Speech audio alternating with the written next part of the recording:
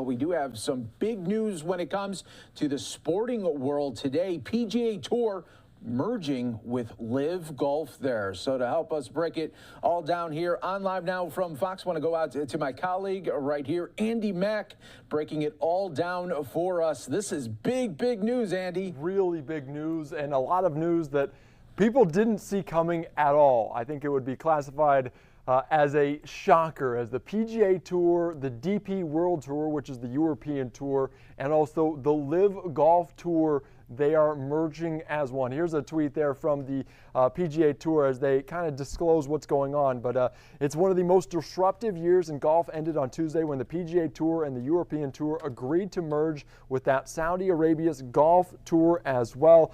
Of course, also a statement from the commissioner of the PGA, Jay Monahan, and I want to read this out to you in full. As the PGA Tour merges with LIV Golf, after 2 years of disruption and distraction, this is a historic day for the game we all know and love. The transformational partnership recognizes the immeasurable strength of the PGA Tour's history, legacy, and pro-competitive model, and combines with the DP World Tour and LIV, including the team golf concept to create an organization that will benefit golf's players, commercial and charitable partners, and fans.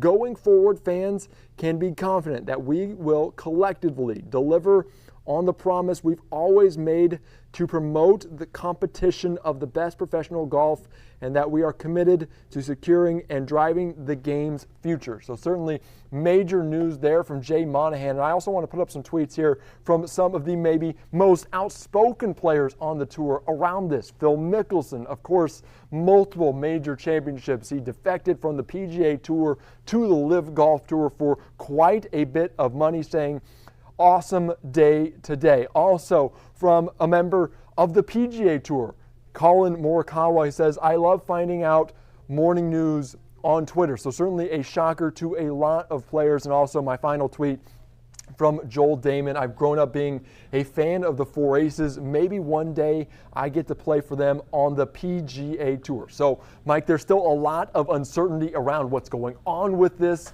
what they will be called, what it goes moving forward, because obviously we've seen a lot of distraction between the two tours. Rory McIlroy, Greg Norman, who was on the LIV side. So a lot of just conversation around this. Now the two coming together in what is a very surprising day full of news here. So we're still going to try to piece it together here on Live Now from Fox, but a big day for golf as these two entities coming together as one. There will be individual tournaments. There will be team collective tournaments. That was kind of the big format of LIV, kind of making it a little bit more inclusive for everyone. They had music at golf tournaments. They were off to a shotgun start. So it'll be interesting to see maybe how they meld and mold these two leagues together as one and see what it does moving forward. Obviously a lot of money from Saudi Arabia and that backed league, the Public Investment Fund. So a lot of different things involved with that. But news we're just kind of trying to wrap our heads around here.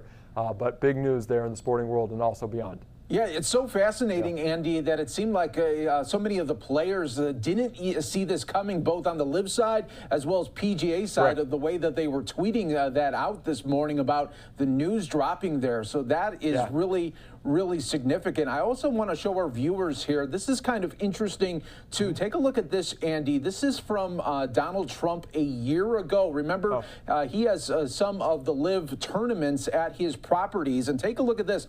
He predicted that this would happen. This was a year ago, saying all of these golfers that remain loyal to the very disloyal PGA in all of its different forms will pay a big price when the inevitable merger with LIV comes, and you all get nothing but a big thank you from PGA officials who are making millions of dollars a year. If you don't take the money now, you will get nothing after the merger takes place, and only say how smart the original signees were. Good luck to all, and congratulations to really talented Cam Smith on his incredible win. That was last July.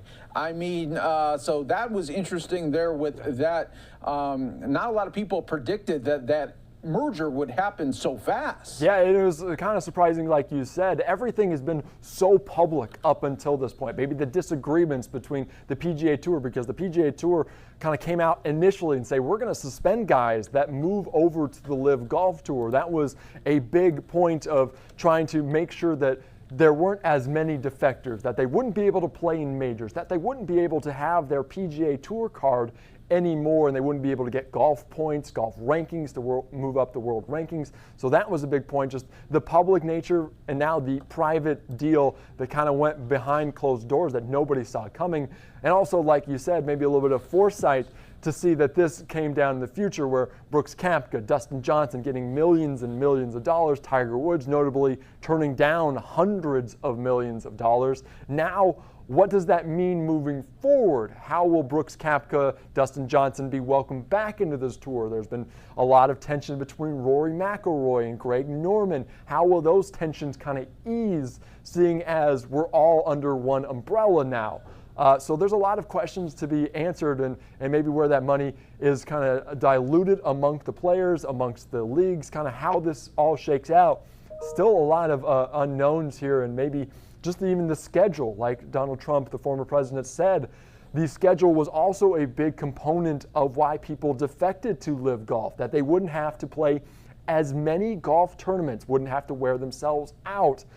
They would be able to wear shorts on the course, just a little bit of the decorum there. So it'll be interesting to see how it works, because LIV Golf was only a handful of tournaments. The PGA Tour is a grueling schedule. Of course, you have the DP World Tour as well, which has their own schedule in Europe.